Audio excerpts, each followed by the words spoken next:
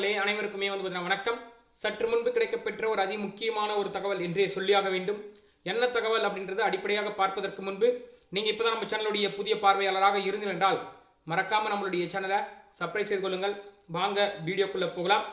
அதாவது சற்று முன் ஸ்டாலினுக்கு நேர்ந்த அதிர்ச்சி, உதயநிதி சோகம், என்ன நடந்தது அப்படின்றத இந்த வீடியோவில் தெளிவாக பார்க்குறோம். வீடியோவை முழுமைக்கும் பாருங்கள், ஸ்கிப் செய்யாமல் பாருங்கள். வாங்க வீடியோக்குள்ளே போகலாம்.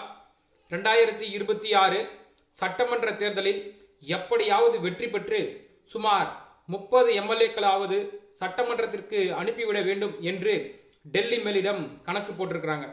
அதை நிறைவேற்றும் வகையில் நம்முடைய பாஜக மற்றும் அதிமுக அதற்கான காய்களை நகர்த்தி வந்த வேளையில் தற்பொழுது இந்த காய் கச்சிதமாக நகர்த்தப்பட்டு வருகிறது.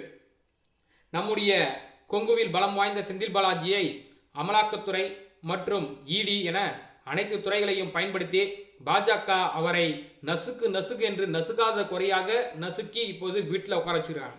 ஏன் இந்த கோபம் பாஜகவினருக்கு என்று கேட்கப்போனால், கொங்குவில் உள்ளாட்சி தேர்தலில் சிறையில் இருந்து கொண்டே வேலையை கச்சிதமாக முடிப்பதில் வல்லமையாக திகழ்ந்த செந்தில் பாலாஜியை வேற எப்படியும் விட்டு வைக்கக்கூடாதுன்னு பாஜக கணக்கு போட்டு அவரை காலி பண்ணாங்க.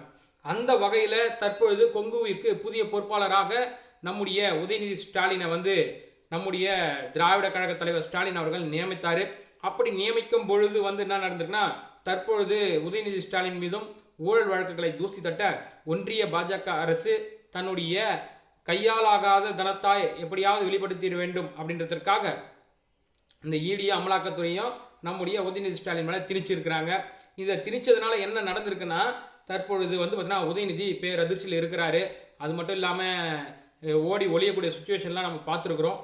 இப்படி இருக்கக்கூடிய வேலையில் பார்த்தீங்கன்னா ஸ்டாலின் அதிர்ந்து போயிருக்கிறாராம்.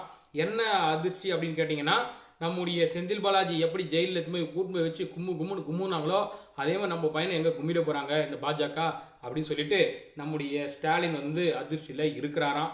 பார்க்கலாம் இந்த அதிர்ச்சியிலேருந்து எப்படி மீள போகிறார், உதயநிதியை எப்படி காப்பாற்றப் போகிறார், உதயநிதி எப்படி மீண்டும் பொதுவெளியில் திரிய போகிறாருன்னு பொறுத்திருந்து தான் பார்க்கணும்.